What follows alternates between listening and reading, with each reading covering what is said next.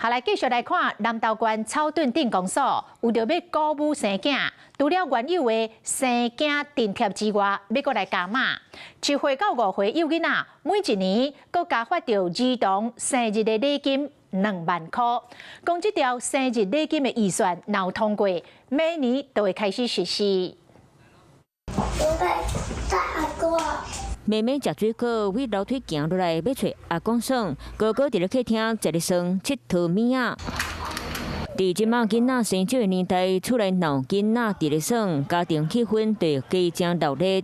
南投草屯镇公所为着爱人生囝，除了生囡仔津贴，即马阁要加码，1岁到5岁的幼囡仔，逐年发2万块的儿童生日礼金，加10万块，条件听起来袂歹。那呢，草屯的民众因会想发力，完全不会。我小孩子的教育费啊，远远超过补助，所以不会心动。不无小补的补助，可是我已经有2个了，再生一个负担不了。近5年草屯镇人口新减后来变济，前后对比今年差不多增加62个人，变化无济。不过上少无明显减少。草屯逐年幼囡仔加差不多500个人，1岁到5岁差不多3000人。公所预算有6000万，会当用伫咧儿童的生日礼金。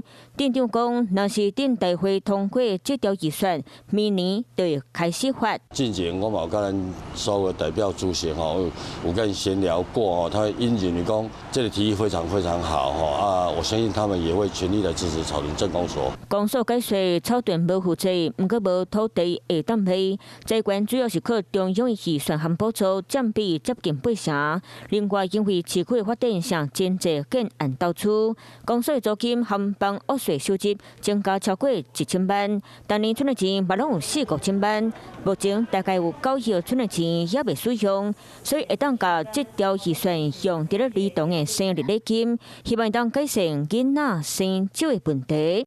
Hello， 我是雷亚，想要抢先掌握最及时的新闻资讯吗？赶快订阅、按赞、开启小铃铛，锁定华视新闻 YouTube 频道。